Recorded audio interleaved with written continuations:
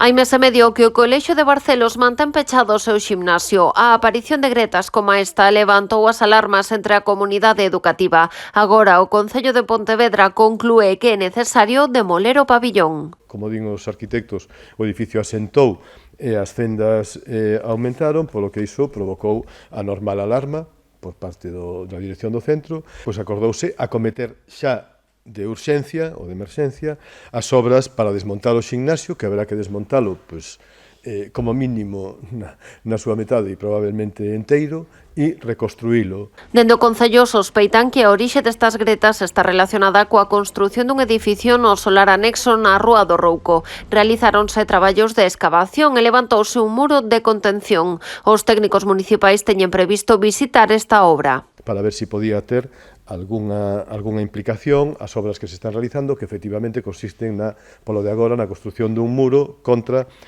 o soar municipal. Para estudar, en principio, as condicións dese muro e, a partir de aí, elaborar un informe urbanístico, un informe de disciplina, xa veremos dos servizos xurídicos, sobre se esas obras se adaptan ou non á licenza que teñen concedida. Estes danos non só apareceron no ximnasio, tamén na entrada do alumnado máis pequeno pola Rúa do Rouco e na sala de profesores, pero nestes casos acometerase a súa reparación nas vacacións de Nadal. O que se observa é que se poden reparar.